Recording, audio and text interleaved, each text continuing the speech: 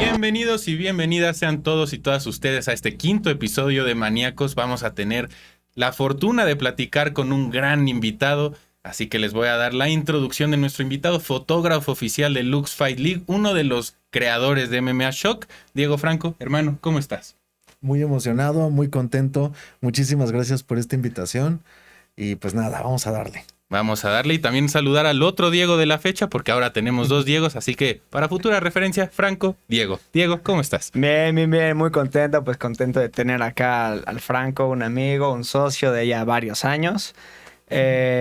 Aquí con un sentido de déjà vu, como que ya grabamos este programa, pero no. Así que contentos porque hay mucho que platicar, mucho chisme.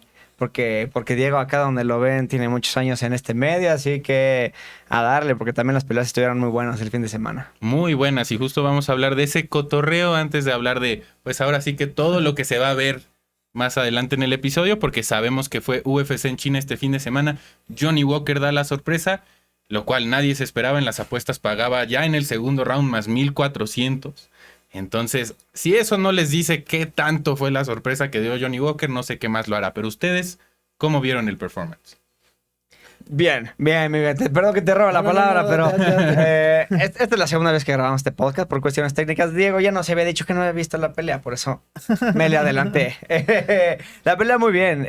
Creo que Johnny Walker hizo lo que tenía que hacer. Aguantó un primer round muy difícil. La gente dice que fue suerte, pero yo no creo que haya sido suerte. Esto es lo que pasa en las MMA. Cuando no te casas con solamente un jab, cuando buscas trabajar diferentes niveles, se abren diferentes oportunidades, y esto es justamente lo que hizo Johnny Walker, ¿no?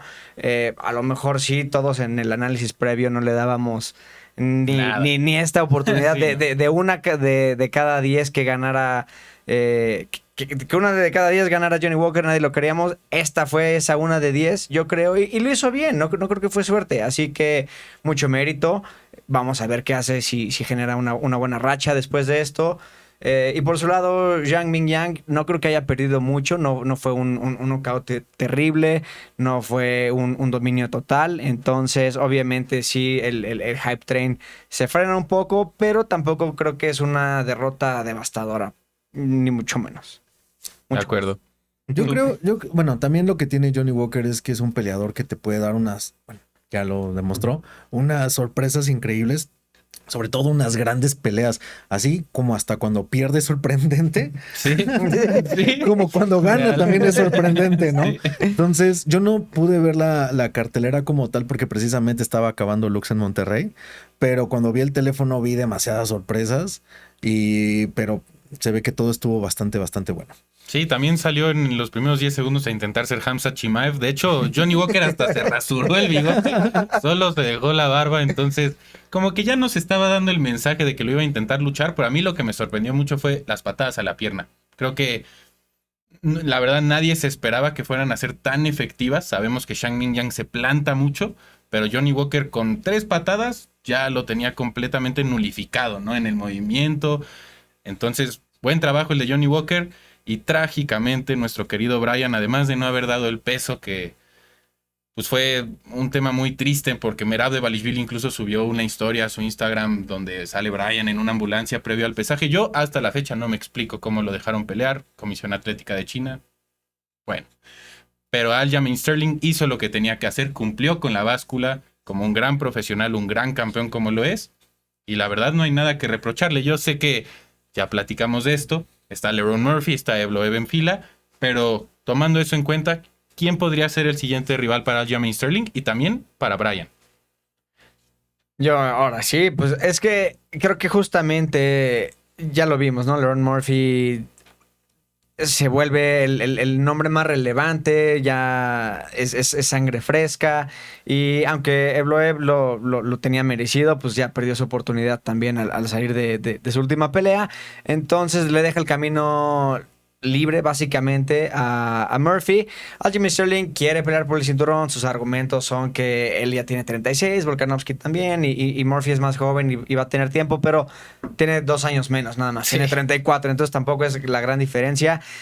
Pero eso es un argumento que ha estado diciendo mucho, y no que me preocupe, pero sí me dice un poco como el estado mental en el que está Aljamain Sterling.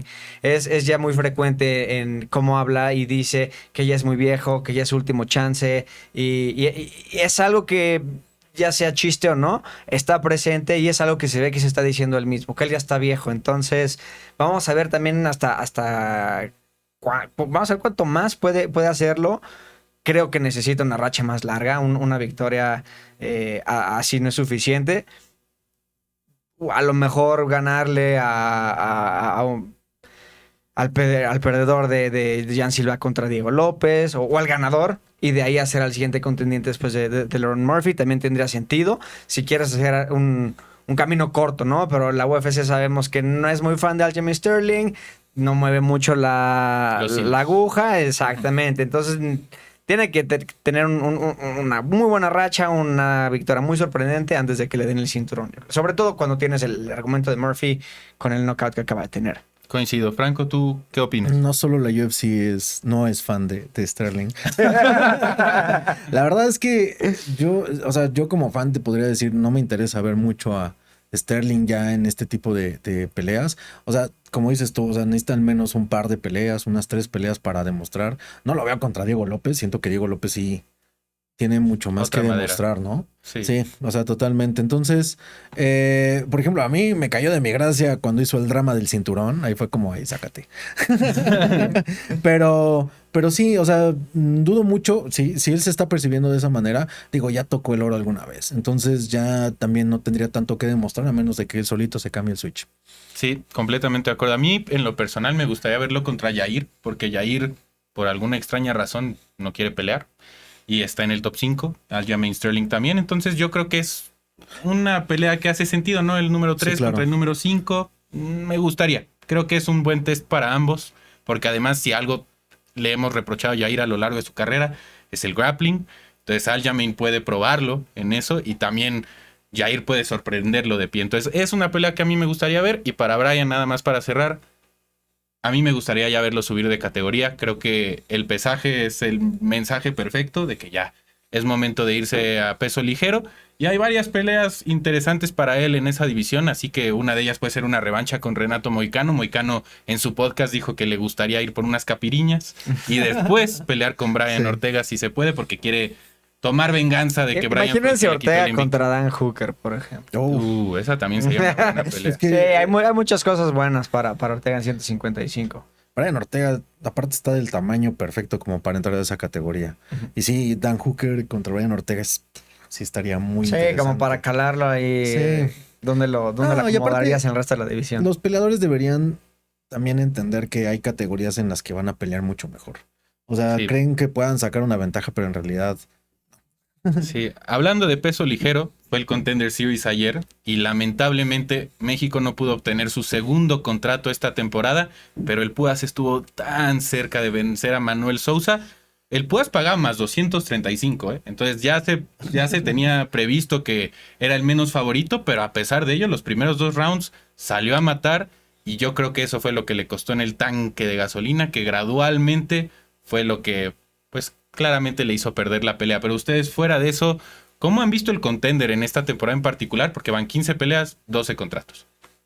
Pues, hablando específicamente del Puas, la verdad es que a mí me rompió el corazón. Sí. Me rompió el corazón y no tanto, bueno, sí por él, pero, o sea, yo lo estaba viendo con tanto ánimo en el primer round y yo dije, este vato va a ganar. Ahora, también no le puedes dar ni tantito espacio a este compa, a este Sousa. O sea, no puedes. No. El vato estaba enorme a comparación del Puas. El Puas lo hizo bastante bien. Puas sabía muy bien el objetivo que tenía, que era sorprender y finalizar pronto para ganarte un contrato. Y lo dio todo. Entonces no le podemos reprochar corazón. No le podemos, bueno, quizás cardio sí. pero la verdad es que también, mira, y no me sorprende que este tipo de performance hasta puede llegar a ser una pelea emergente. Que falte alguien para una cartelera y sabes que vente y ahí tenga otra oportunidad. Lo hemos visto con Lazy Boy, lo hemos visto con Diego López. Vean, Diego López, ¿no? Uh-huh. Lo hemos visto y hasta dónde han llegado. Entonces yo no creo que el Púa se tenga que desanimar, al contrario. Creo que en general puede dar como que mucho más. Y pues nada, lo bueno del Contender es que siempre veo mexicanos tocando la puerta y eso es cada vez más seguido, ¿no? Entonces eso es algo que a mí me anima más. Sí, estoy completamente de acuerdo y también mandarle el mensajito a Púas de que Diego López, como ya dijiste, Sí. Lacey, perdieron y aún así llegaron a UFC. De hecho, Dana White lo dijo al final del Contender, que de los perdedores que hubieron ayer, él quería firmar a Púas, pero que lo quiere firmar primero que vuelva a pelear en otra promotora, en otro lado, que vuelva a entrar en ritmo, porque era su primer pelea en un octágono desde el 2023, y ya que vuelva a retomar ritmo, que ya pueda tener una segunda oportunidad. Pero Diego, ¿tú cómo viste a Púas? Bien, Púas creo que habría que analizar también la estrategia, si esa fue desde el principio, porque no fue mala en teoría, simplemente a la hora de la ejecución, cuando aplicas una estrategia de ese estilo, lo que tú buscas es cansar al oponente con una lucha tan exhaustiva.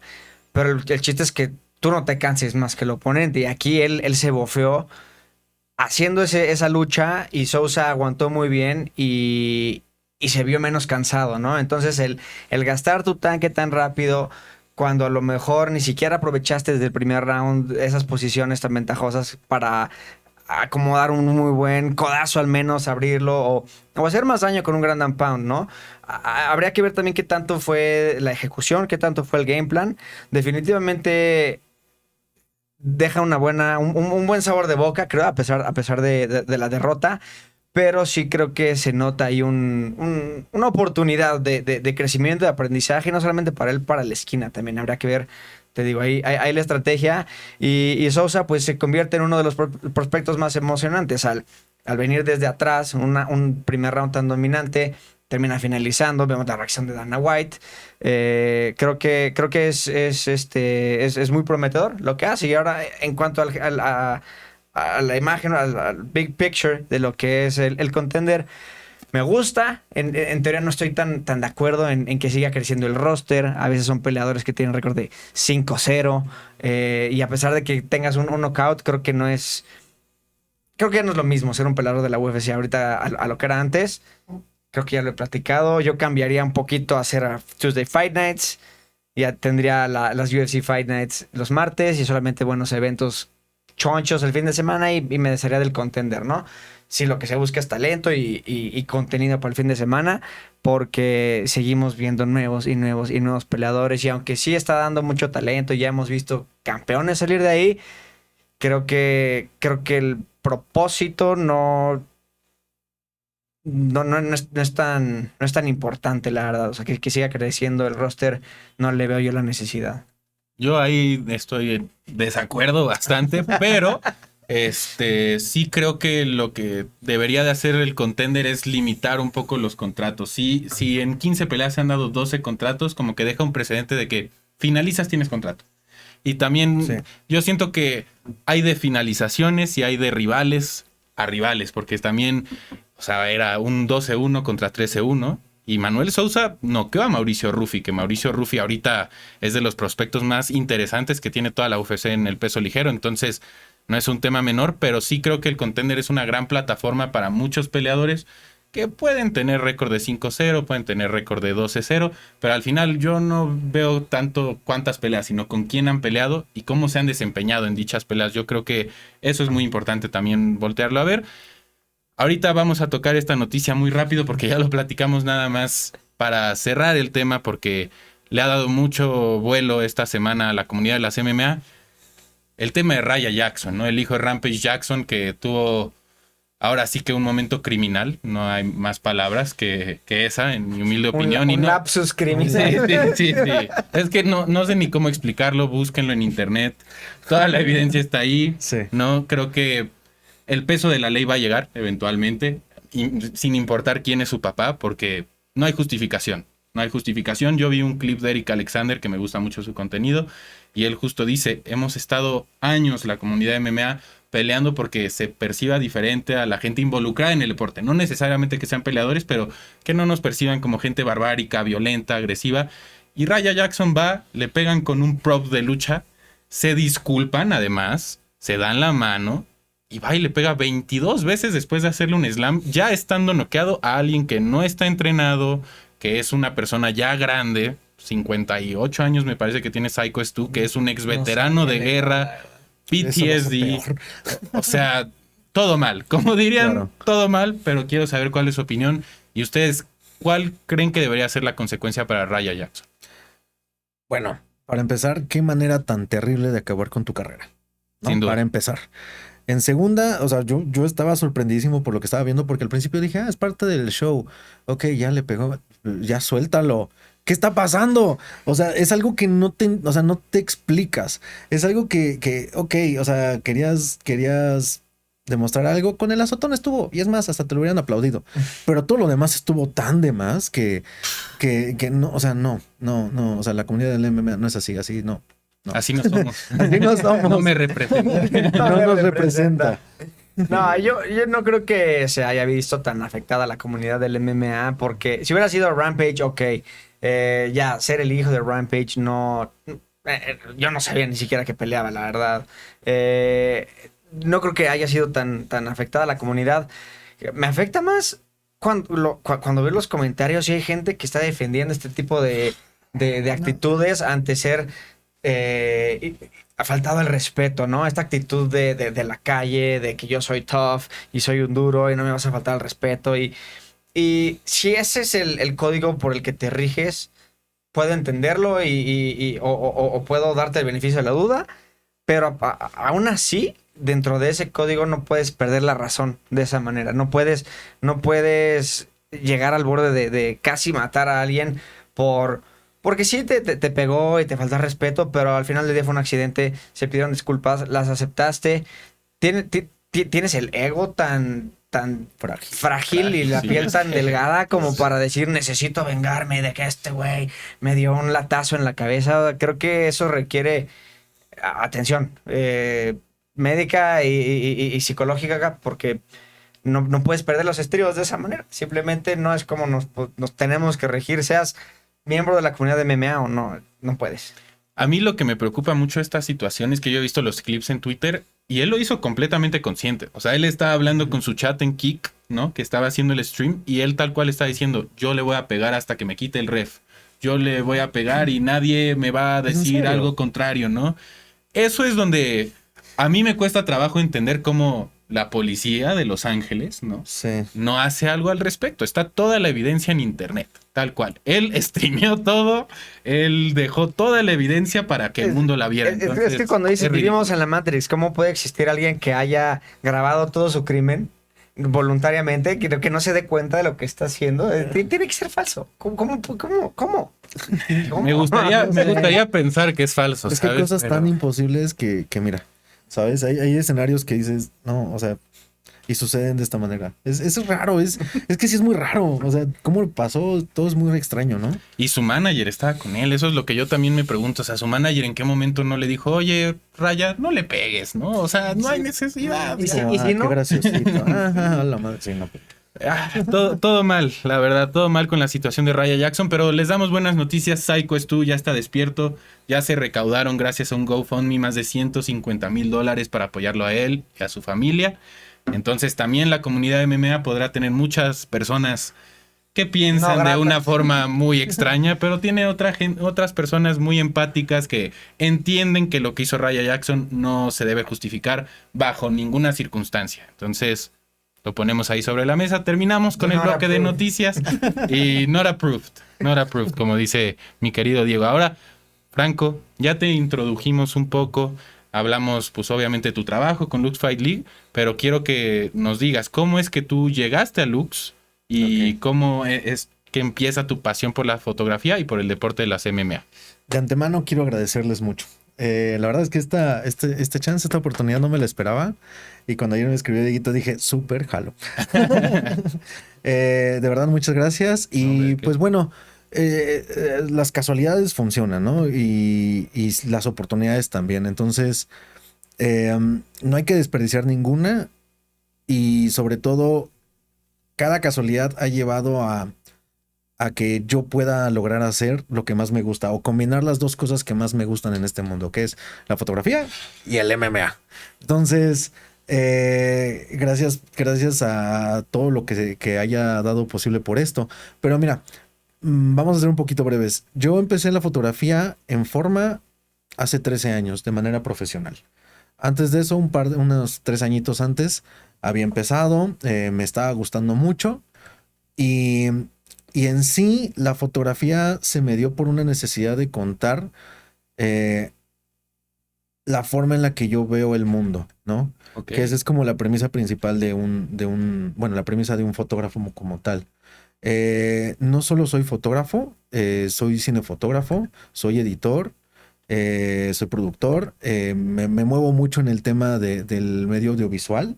El MMA no es lo más importante que hago, bueno, sí, pero hago un montón de cosas y técnicamente es eso. Yo como inicié, o sea, inicié cuando empezaron los teléfonos con cámara. Ok. Yo estaba en la prepa, me dieron un teléfono con una Millennial cámara. alert. Sí, Millennial Alert, Millennial ¿no? alert. Gen Z. Y ahí fue cuando dije, esto me está gustando, está interesante. Obviamente veo esas fotos y digo, qué oso, ¿no? Pero después de salir de la prepa tuve un par de años la oportunidad de trabajar en un par de librerías. Y en esas librerías tenía el acceso completo a libros de fotografía y de cine. Y ahí fue cuando ¡pah! Explotó todo, ¿no? Y dije, esto es lo que quiero hacer, ¿no? Bueno, en mi familia hay de dos sopas en ese momento, en esa época. O es que o eras abogado o eras comerciante carnicero, ¿no? Entonces yo pintaba para las dos cosas. Dije, ¿cuál vas a hacer? En ese momento elegí la parte del derecho, cosa que ser godínez lo odié. Públicamente lo digo, lo odié. Pero me funcionaba, lo hacía bastante bien. Sin embargo, yo no quería quitar el dedo del renglón había comprado mi primer cámara, me habían dado un curso al respecto y tener la cámara en la mano me hizo darme cuenta que no, o sea, dar un paso arriesgado y heme aquí haciendo lo que más me gusta. Ahora, ¿cómo empecé la foto de MMA? Yo hace poquito más de Santo Cristo, 10 años. Eh, hace poquito más de 10 años, después de una curiosa ruptura amorosa, ya sabes, o subes el cerro o te agarras a madras. Y elegí entrar a Muay Thai. Ok. Entré a Bone Breakers. Entonces, me gustó mucho. Esa experiencia de que te dan el primer golpe es impresionante. Y empecé ahí a entrenar, shalala, shalala. Y como yo ya me empezaba fuertemente a dedicarme a la fotografía, me acuerdo que mi maestro iba a tener su primer pelea. Le digo, oye, compa, ¿puedo llevar mi cámara? Y me dijo, claro que sí, ¿no? Saludos a Martín, por cierto.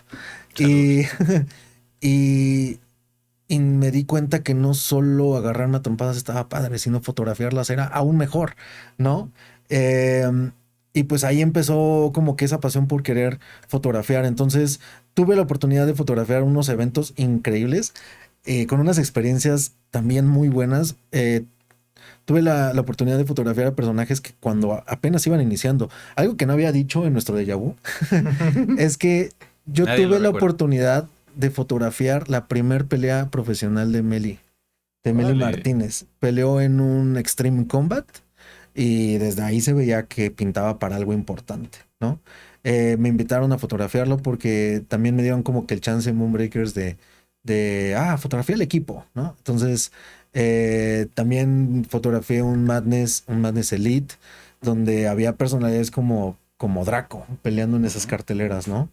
Eh, y me fue gustando mucho y me dio la oportunidad de que ahí precisamente en un sparring con un compa, me agarró a trompadas, me dijo, oye, tú eres fotógrafo, ya vi que hiciste unas buenas fotos en XY lugar.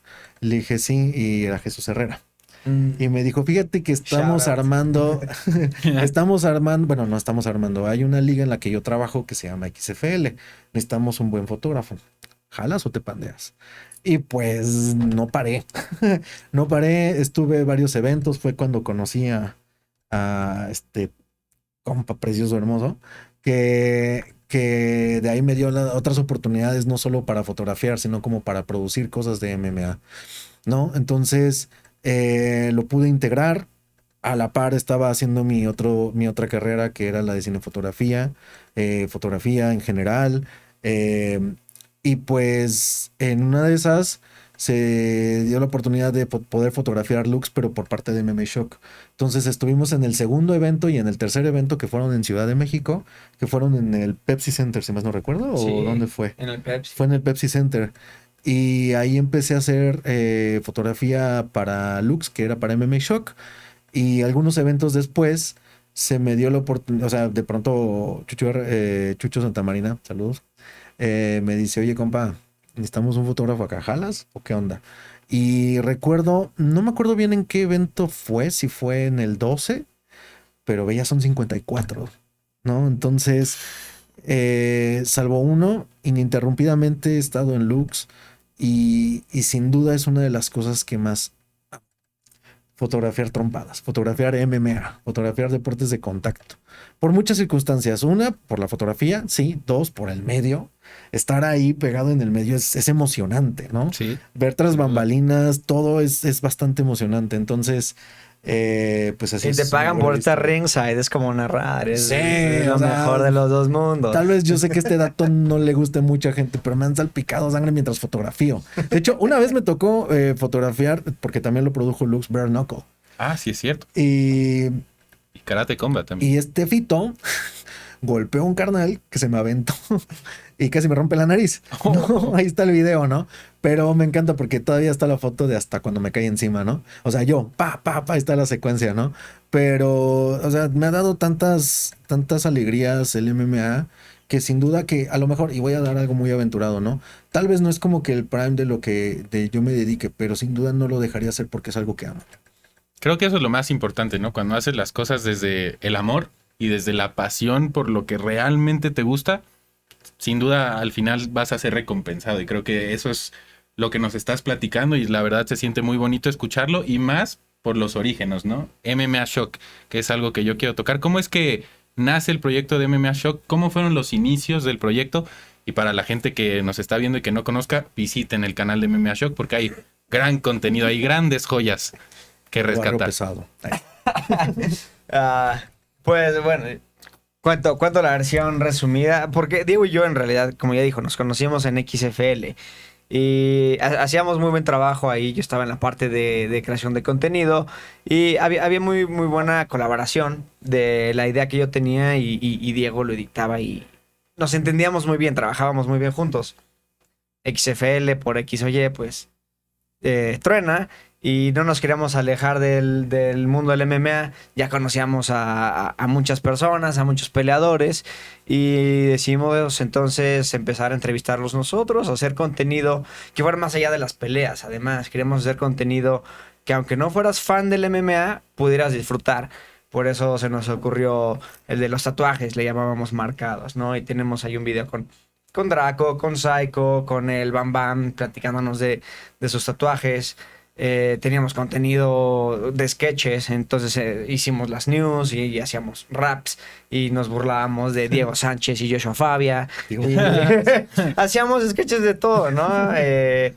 Y lo que funcionó muy bien era que ya no solamente era el amor al MMA, sino que también por fuera éramos muy amigos, tenemos afinidad al mismo sentido de humor, al mismo tipo de contenido. Mismo nombre, incluso. Mismo nombre. Tenemos una sensibilidad parecida como al tipo de contenido que queremos hacer. Fue el paso lógico que seguía después de que tronó XFL. Y lo hicimos mucho tiempo, nos abrió muchas puertas, conocimos a aún más gente. Y yo pude narrar en varios lados y Diego empezó a tomar fotos ya no solamente para MMA Shock que íbamos nosotros a cubrir, sino empezó a tomar fotos ya para Lux, ¿no? Que es el siguiente paso, era la intención de MMA Shock. Si esto no crece, es que esto nos impulse a otro lado, ¿no? Y tuvo que frenarse durante un momento, pero ahora estamos aquí, full circle, apadrinando esta nueva colaboración con Iker.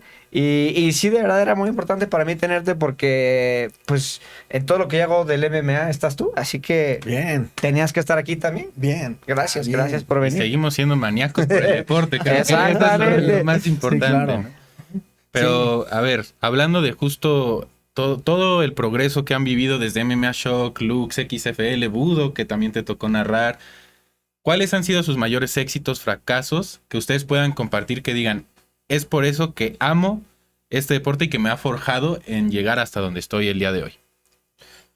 Yo creo que tanto éxitos como fracasos, van de la mano Sin duda. y hay que hacerlas siempre de la mano porque nos impulsa. Un fracaso es un paso al éxito, ¿no? Entonces, tuvimos varios problemas porque para empezar estábamos aprendiendo. Dos, era un momento, era prepandemia cuando empezamos y era cuando los podcasts todavía no volaban. Todavía el contenido en internet se estaba cuajando. No sabíamos, todavía el término viral se estaba apenas forjando. Y también, o sea, la forma en la que lo iniciamos, que fue con nuestro compañero Jesús Herrera, con Hugo Moreno y con Estefano Borsato, pero eso nos orilló como a evolucionar, ¿no? O sea, cada tropiezo que teníamos en MMA Show que era una oportunidad para mejorar. Y la verdad es que lo chido de ahí, o la gran victoria que yo personalmente puedo decir es que aprendimos muchísimo y que fuimos o que tuvimos la libertad de hacer lo que queríamos. Porque, por ejemplo, en XFL teníamos un jefe que nos decía qué hacer. Y uno pues acaba bien frustrado porque decía, ¿qué no estás viendo que esto no está tan chido? O que, oye, ya cambia cosas, ¿no? Pero tenías que acatar algo. Aquí éramos libres. Hacíamos lo que se nos pegaba la gana. Y lo interesante es que lo hacíamos en tiempo récord. O sea, bueno, tú lo escribías desde un día antes, pero lo grabábamos, lo producíamos y lo editábamos el mismo día, ¿no? Entonces, la ventaja de que, o sea, la única forma en la que esto también podía funcionar era la pandemia. Porque no había, estábamos un poco parados en ese momento, ¿no? Que también eso nos orilló se acaba la pandemia, empieza el trabajo y era un momento en el que MMA Shock ya era insostenible. Pero también Diego y yo tuvimos el argumento de, oye, si estamos haciendo esto que podría funcionar bien, ¿por qué no hacemos lo mismo, pero algo que nos genere dinero? MMA Shock, más que morirse, se transformó, ¿no? Que fue en las rocas, ¿no? Puede ser, porque a partir de ahí ya hicimos una productora que hemos hecho mucho trabajo ya de comercial y corporativo, además. Pero sí, fue por MMA Shock. Podría ser que MMA Shock evolucionó en Las Rocas, que es el nombre de la productora, ¿no? Claro. Shout out. Shout out a nosotros mismos. Shout out, Por eso lo dije yo, por eso lo dije yo. Pero sí, puede ser que fue una evolución. Sí, pero fue una época muy bonita. Fue una época muy bonita. Y es que para mí ese fue uno de los éxitos. La cantidad de puertas que nos abrió con mucha gente. Y como todo, ¿no? Ya cuando se te presentan las puertas, tú tienes que abrirlas. Pero ese fue uno de los grandes éxitos que sí en su momento sabían quiénes éramos en el medio, a lo mejor y el público nos reconocía también, simplemente no hubo un gran crecimiento, pero había respeto sobre el trabajo en el medio, ¿no? Y eso para mí fue uno de los mayores éxitos haciendo MMA Shock, que fue como un reconocimiento a todo el trabajo que llevaba haciendo. Sí, pues es que, mira, yo también con mi blog, por ejemplo, puedo decir que a mí tal cual me abrió las puertas, ¿no? Cuando yo entré a Azteca, en mi casting me dijeron, sí, pues tú que tienes este blog, ¿no? Hemos visto lo que haces, nos gusta. Entonces, al final, la gente que dice, no, las redes sociales, los proyectos que quizás no generen en su momento, ¿no? O sea, económicamente hablando, generan más al final. No solo es lo que ves renumerado en un cheque, por así decirlo, en tu cuenta bancaria, sino va mucho más allá. Y es a lo que quiero ir yo, porque sé que les gusta mucho la fotografía, las MMA, pero ¿cuáles son otros hobbies, por ejemplo, que a ustedes les gusten compartir? Quizás las películas, yo sé que es uno de los de Diego, pero ¿cuáles más podrían compartir? No, pues, del cine, totalmente. Es que mi hobby... hice de mi hobby y mi chamba. También ese es el tema, o sea, cosas que... Es que, o sea, como los peleadores que dicen desayuno, como y ceno MMA, yo desayuno, como fotografía y cine, ¿no? O sea, todo el tiempo estoy ahí, tal vez si tengo un hobby extra, pues de subir los cerros, quizás. Pero hobby. para hacer fotografía también, ¿no? O sea, Rescatar perritos es tu hobby. Exacto. Sí, porque... Shout out a Laila, a Milanesa, a Sí, Spikey. totalmente. Dios lo tenga en su santa gloria. Pero, Shout out a todos. los rescatados. pero prácticamente es eso. O sea, también llegas a un momento en el que no te puedes detener, ¿no? Sí. Entonces, ahorita, lamentablemente, las redes lo son todo. A veces siento que mucho de las películas o lo que sea ya todo lo hacen para ver qué dicen en las redes, ¿no? Ujú. Las canciones, la música, ya los artistas hacen que, o bueno, su objetivo en la cultura pop es que la música se convierte, bueno, su canción se convierte en un jingle de Instagram, ¿no? Entonces, Un TikTok trend, ¿no? Casi, exacto, casi. un TikTok trend. Ahorita ya hacen las cosas pensando en las redes sociales, que no está del todo chido, pero es lo que es, ¿no? Ese es su hobby, pelearse con gente en los comentarios No, ni siquiera eso, Hacer ¿eh? un argüentero. Ni siquiera eso. En Facebook. No.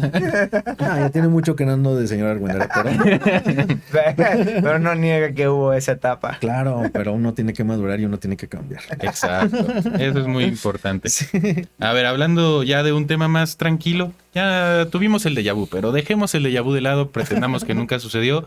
Peleadores favoritos, tu Mount Rushmore de MMA. A los dos les pregunto. Ah, pero es que es muy diferente. ¿Mount Rushmore o favorito? Favoritos en un Ah. Mount Rushmore. O sea, si tuvieras que decir del 1 al 4, mis top 4 favoritos, Ok. sin tener que tomar en cuenta quién es el mejor peleador. Nada más tus favoritos. Así podemos debatir un día de esos. No, mis top 4. No, tú dale. No, es que quiero ver qué dices tú para Ok, ver qué- top qué- 4, fácil. GSP, Buena elección. Dustin Poirier, Gran elección. Anderson Silva También. y Frank Mir. En su momento era muy fan de Frank Mir. Porque, como lo dije la semana pasada, yo era muy fan de TJ Dillashaw. Hasta que... Y Snake. Sí, hasta que he popped. Así que no puedo defender ese tipo de cosas. Y me podría poner mucho más hipster y decir Michael McDonald y bueno, Rory McDonald en su momento, pero no. Esos 4. Ok. Mir, Silva, GSP, Poirier.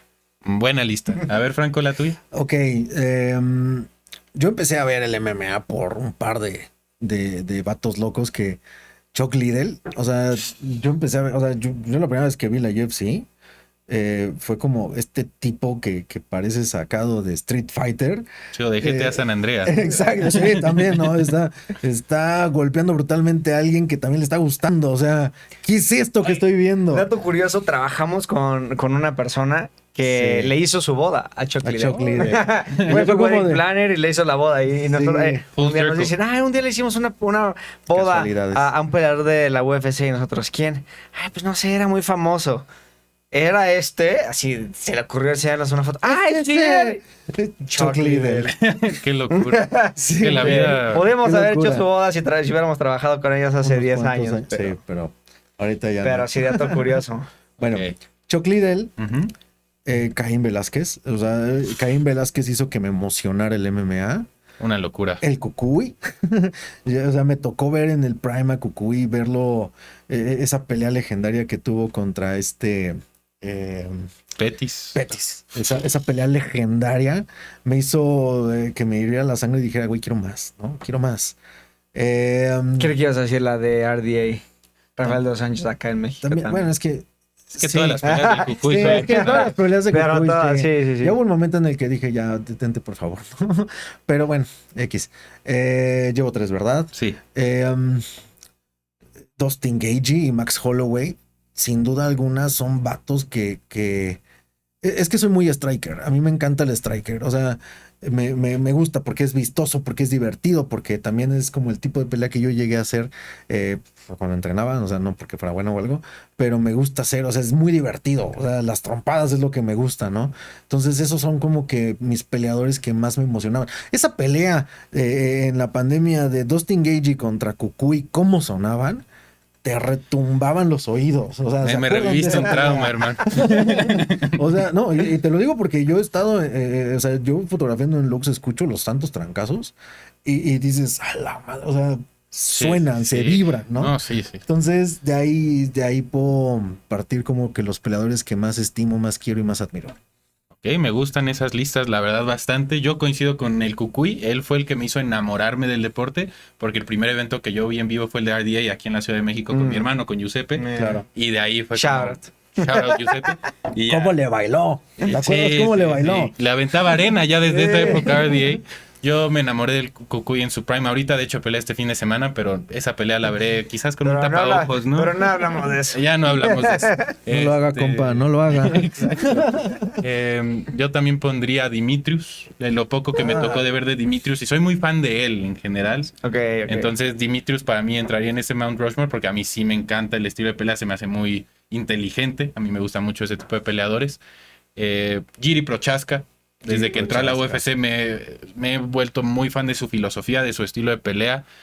Y, híjole, tener un cuarto sería complicado. Quizás suene muy básico, pero sí pondría a Brandon Moreno, la verdad, por lo que representa para el deporte en Creo nuestro que ibas a país. decir Conor McGregor. No. Conor, y lo digo, en su momento para mí fue alguien muy importante porque yo crecí viendo las MMA gracias a él, ¿no? Pues era un adolescente cuando Conor está en su prime, pero sí, ya hoy en día no es Conor. Entonces no lo admiro de la misma forma que cuando estaba en ascenso, la verdad. Pero creo que las listas que dimos los 4, bastante... Luego hacemos una más interesante. hipster.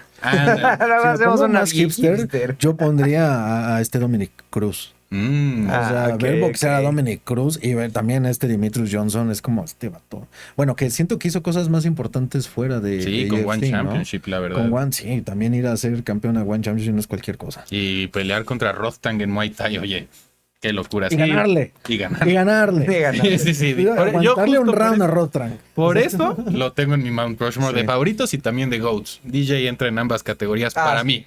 Para mí.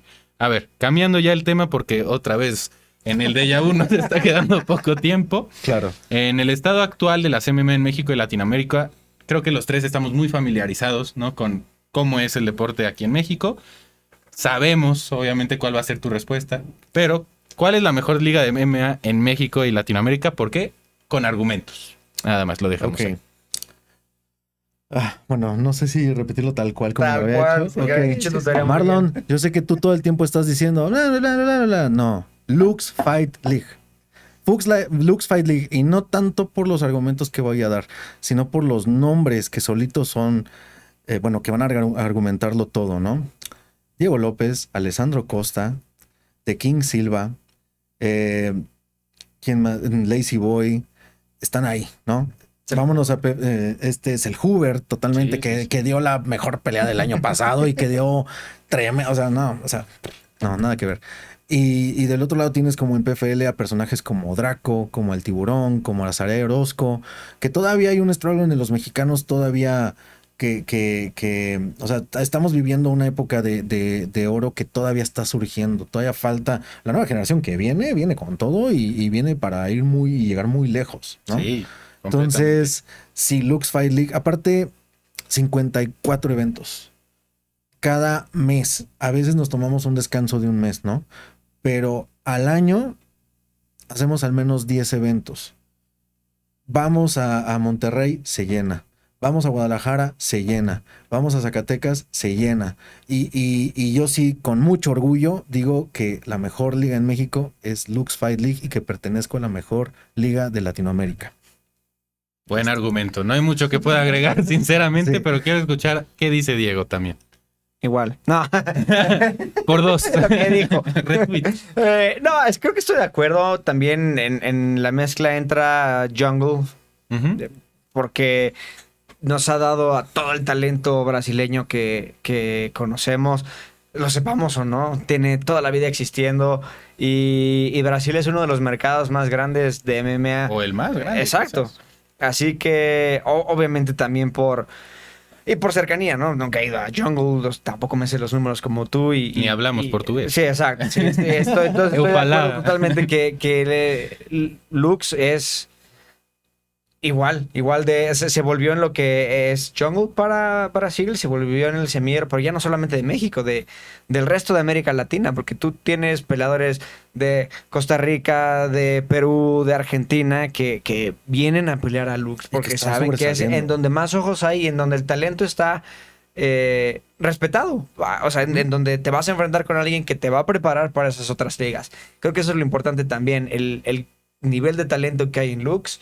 Es difícil encontrarlo en el resto de las ligas, sobre todo de una manera tan constante. O sea, es de principio a fin es talento muy, muy bueno. Puedes tener en otras ligas, sí, unos main cards con talento muy grande, pero el resto es muy amateur todavía o muy principiante. Creo que Lux es quien ha logrado establecerse como el semillero y es difícil negarlo. Sí, yo estoy de acuerdo. Lux está demasiado bien consolidado, los datos lo respaldan. No quiero usar la misma frase, pero Cristiano lo dice, los números no engañan, las estadísticas no engañan. Y Joe Mendoza, vi una entrevista alguna vez de él que dice que en el Fight Pass, cuando ves eventos de pues, todas las promotoras que son de México y Latinoamérica que tienen eventos en Fight Pass, en el top 10 de más vistas, Lux tiene 7. O sea, ese es del 70%. Creo que ante eso no se puede argumentar. Lo digo desde la humildad porque trabajo en otra liga, Riot Fight League, que tenemos evento este viernes.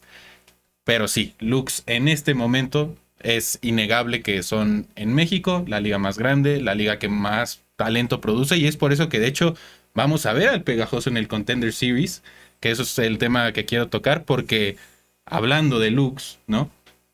Tú que conoces perfectamente la liga y el talento, además del Pegajoso, ¿qué otros peleadores tú crees que se merezcan esa oportunidad para el Contender o directo a la UFC? Ok, a ver, vamos a complementar un poco lo anterior dicho.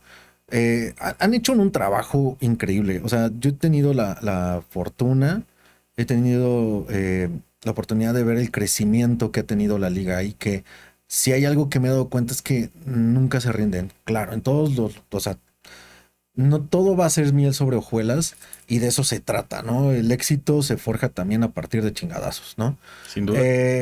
También algo que me encanta de las de Lux es el tipo de carteleras que hay, el tipo de peleas que hay, que cada vez hay eventos, cada vez siempre digo, es que este evento estuvo increíble, es que este otro evento estuvo increíble, y de pronto llega una pelea que dices, wow, ¿no? Ves personajes como el Pegajoso que dices, o sea, sí, el contender es un trámite, pero el contender tiene que ser también un reflector para que vean la calidad de peleadores que hay en Latinoamérica, ¿no? Porque Sin duda. afortunadamente, o sea, no podríamos hablar de México, porque aparte, a diferencia de otras ligas, Lux ha podido viajar por el país y llenar, ¿no? Ujú. Entonces, hay personalidades que yo veo muy cerca y con reflectores como muy cercanos a la UFC o a ligas muy importantes. Por ejemplo, está el Hammer, está Abdi, está Luis Iván el Niño Azteca, que ahorita pues tuvo un encontronazo con Georgie Calvo, pero yo creo que ese es el tipo de peleas que este tipo de peleadores necesitan para aprender y mejorar y llegar muy lejos. Sin y que duda. estas derrotas puedan suceder aquí y quizás no en un futuro, ¿no? En otro tipo de reflectores, ¿no?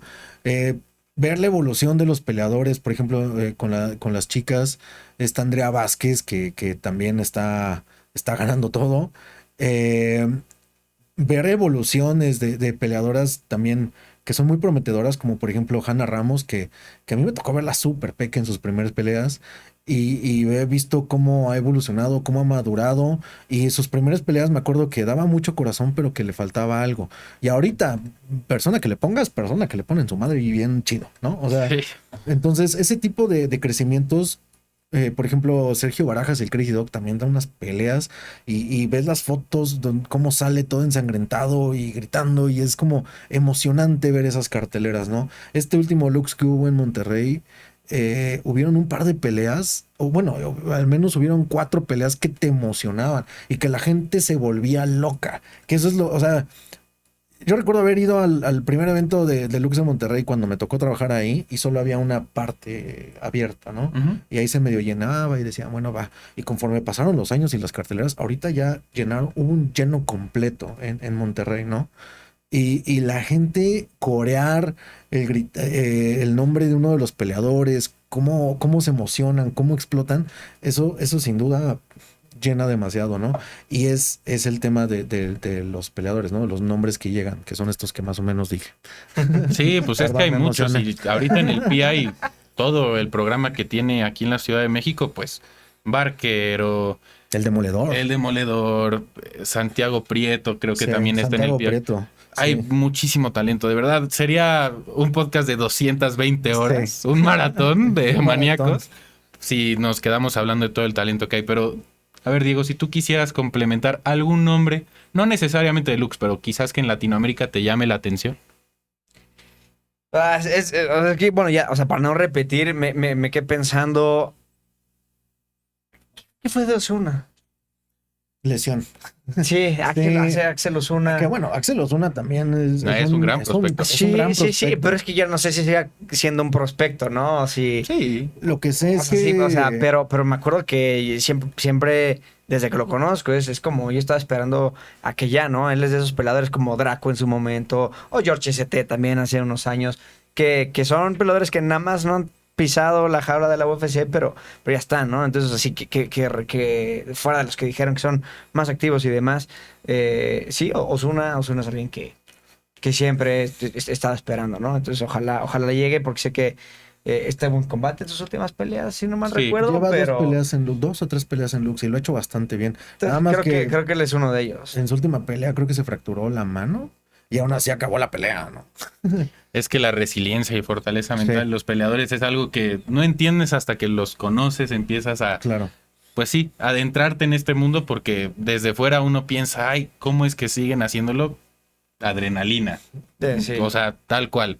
Pero bueno, otra de las preguntas que quería yo proponer como debate, solo son 3 preguntas de debate rapidísimas, es ¿qué cosas se pueden mejorar en nuestro país y Latinoamérica en el mundo de las MMA? Por ejemplo, y no me quiero meter el pie con lo que voy a decir, yo a veces creo, no estoy diciendo de ninguna promotora en específico, por favor no me ataquen. Hay veces donde hay peleas que sí yo considero que el matchmaking es muy notorio, muy visible cuando pones a un peleador con un récord, por ejemplo, de 10-1 contra alguien que tiene un récord de 6-6, ¿no? Yo ahí creo que eso es lo que podría mejorar justo para elevar el nivel de los peleadores y que así sea mucho más accesible que lleguen a las grandes ligas como lo es la UFC, el Contender. Eso sería lo único que yo pongo sobre la mesa, pero quiero escuchar lo que ustedes tienen para decir.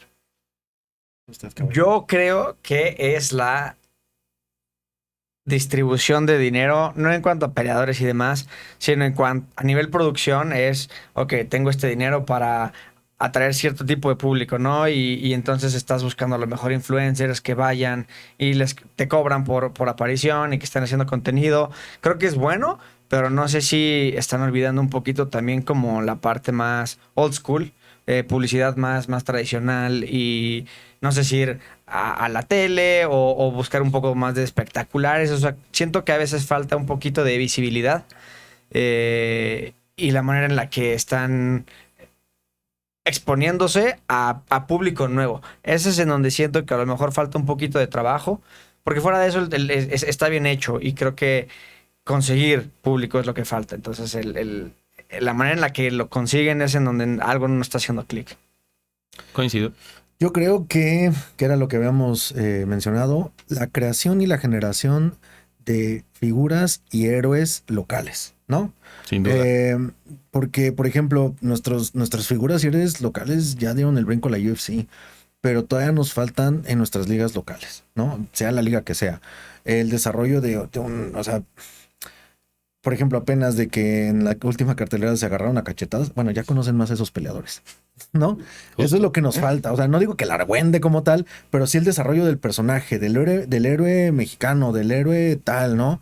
Que cada vez está sonando más su nombre, que lo vuelvan figura para que acapare un poco más los reflectores y de que sí, somos semillero de la UFC, pero también podemos no competir, pero acaparar atención para que el mundo también nos voltee a ver como un medio de entretenimiento de, va a estar Lux, vamos a verlo, ¿no? Va a estar...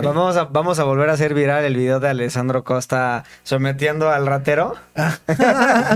que pelea en UFC Noche. Vamos a volverlo a hacer viral. Héroe, no mexicano, pero héroe que salva a los mexicanos. Él mismo dice, ya soy de casa. Exacto. Sí, pero esas figuras. vimos el ejemplo hace ratito, por ejemplo, Paddy Pimblett en Cage Warrior. Sí. Para mí es el mejor ejemplo de eso, porque él incluso antes de entrar a la UFC ya había llenado el O2 en Londres, Claro. él siendo la estelar. Entonces, si él solito, antes de llegar a la UFC, ya estaba llenando un estadio de 20,000 personas, pues era bastante evidente que sí necesitaba la UFC para llegar al siguiente nivel, claramente, pero ya estaba en ese nivel de estrella, aún sin la UFC. Y también el caso de Jiri Prochazka en Rising, hay muchísimos. Podríamos hablar de esto por horas, pero a ver, ya llegando a los últimos 2 puntos del debate, Si pudiéramos cambiar una sola cosa de las MMA en términos generales, ¿qué cambiaríamos y por qué? En mi caso, ya lo habíamos platicado en el Déjà Vu, pero para mí los cortes de peso que se implementen como lo hacía One Championship, ¿no? Si, por ejemplo, tú eres Alex Pereira y vas a llegar a la báscula en 185 libras, no puedes llegar el día de la pelea haciendo un heavyweight. Es muy injusto contra un Israel Adesanya que no va a llegar pesando más de 210 libras. Le vas a tener una ventaja de 30 libras. Es otras 2 divisiones prácticamente. Entonces es lo que yo Tú creo. reducirías, no quitarías el corte de peso, sino reducirías la cantidad de peso que puede rebotar. Exacto. Así la piensas más, ¿no? Y ahí también entonces habría un forfeit, al igual que si no das el peso desde antes. Exacto. Pon tú, si rebotas, no sé, 5 libras extra de lo que está permitido, pues 10% de tu bolsa. No sé, no voy a poner sanciones ahorita, ¿no? Yo no soy ni Dana White, ni Joe Mendoza, Ahora, pues, ni no, nada. No, las soluciones ahorita. Pero, sino que- pero sí pienso que sí hay luego estos rebotes de peso, no sé, de algunos peleadores que sí me parece un poco injusto, la verdad, hay que decirlo como es. Sanciones, o sea, es que creo que se generaliza también al tema del peso, ¿no? Porque yo siempre lo he dicho, el verdadero drama de las MMA, independientemente de las peleas, es el pesaje. Sin duda. Yo que he estado de cerca en los pesajes, ver cómo están, es como a la madre, ¿no? O sea, Esqueletos. yo creo, sí, no, sí es un dramón, pero yo lo que haría son como sanciones más rigurosas a peleadores que quieren sacar ventaja de que les faltan 3 libras o llegaron a al ¿cómo se llama? Al límite o a la tolerancia. Ujú, ujú. Y luego, ya, quiero forfeit. Y ahorita ya se está implementando de, no, vas a tener que cortar lo más que puedas hasta que el médico te diga que ya no puedas, ¿no? Porque muchos quieren como que sacar esa ventaja y pues no, yo creo que hay que limitar esa parte y sí estoy de acuerdo con el tema del pesaje. Muy bien. A ver, tú, Diego. Cero tolerancia a los fouls, diría yo. Cero tolerancia. Nada de que tienes un piquete de hoja accidental. No. Le pateaste la concha y sin querer y sigue. No. No, ya. No, porque no puedes tener uno gratis de cada. Entonces en una pelea le picas un ojo de gratis, una patadita acá abajo de gratis, una agarrada de reja. Y hiciste 5 fouls y te beneficiaste en toda la pelea Piquete sin por consecuencias. abajo. Entonces, cero tolerancia a los fouls. O sea, tiene... sucede y Le punto quitas un abajo punto. Quitas inmediato. un punto. O sea, Como lo no que es decía malo. Poirier, ¿no? De Chandler, que Chandler todo el tiempo metía las manos a su boca. Sí. Le embarraba la sangre. No, eso. Eso fue terrible. Sí. Pero sí, o sea, y a las cosas que vemos que son obvias, ¿no? O sea, un agarre de reja.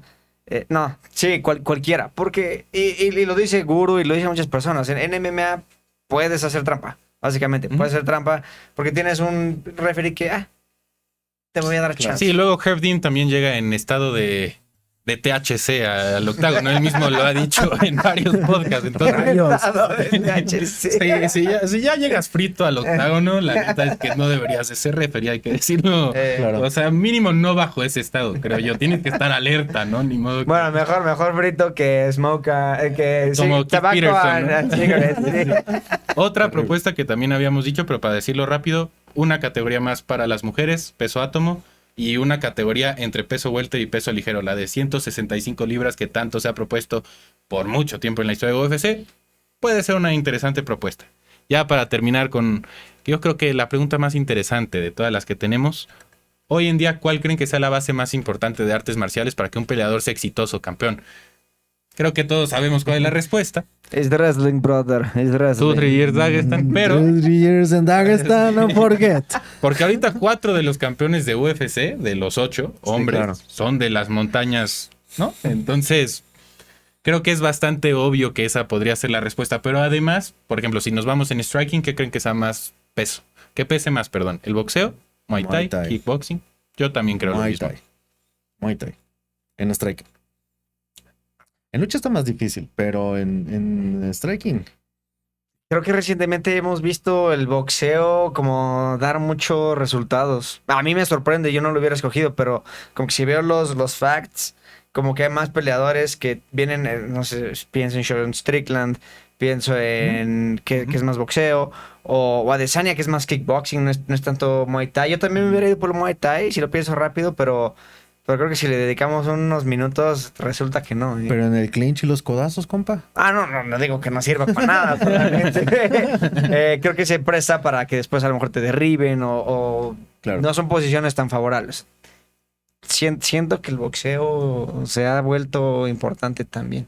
Coincido, pues el mejor ejemplo es Ilia Topuria, ¿no? Ilia Topuria definitivamente. nunca patea, rara vez avienta un codazo, pero él te cierra la distancia, te corta contra la reja y cuando tu espalda está contra la reja, básicamente es game over. Sí. No hay nada que puedas hacer Sí. porque en el momento en el que él conecta, las luces se apagan. Y es así de sencillito, pero pues no todos son Ilia Topuria, No. también hay que decirlo. El poder que él tiene en los puños, pues no es algo normal. No, con él es run and go, güey. Entonces, exacto, corre. Papá, corre. No, y eso quién sabe, ¿no? Y O sea, por algo le dicen el matador, porque tal Sí. cual es como un toro. Tú nada más lo tienes que estar esquivando a ver por Sí. dónde va. El más cercano fue Holloway. Sí, el más cercano fue Holloway. Y aún así. Y aún no. así. Ay, No. sí. Las MMA son un deporte tan vasto que hay tantas bases de las que podríamos hablar, pero Totalmente. tristemente el tiempo ya se nos está yendo. Entonces, antes de despedirnos, Franco, ¿cuáles son tus redes sociales para que todos los maníacos te sigan? Muchas gracias. Tengo 2 páginas. La principal es de Os Fractal, que es donde subo de todo un poco. Y la especializada en MMA es Foto MMA de Os Fractal. Ahí voy a estar y gracias. Nada que agradecer, al contrario, gracias a ti por el tiempo. Diego, también unas últimas palabras. Nada. Gracias por estar acá, Diego. Una voz detrás de las cámaras siempre es muy bienvenida. Y pues ya saben, síganos en Maníacos, MMA.niacos, YouTube, Instagram, obviamente en MMA Shock, para irse al paseo de los recuerdos. Y Iker, gracias por un capítulo más. No, hombre, nada que agradecer, hermano. También síganme a mí, @IkerGamba, de MMA Poet, si me quieren ver decir cosas en inglés. Y bueno, muchas gracias. Nos vemos la próxima semana para el 6º episodio. Fue un placer tener al genio detrás del lente Lux Fight League. Nos vemos hasta la próxima.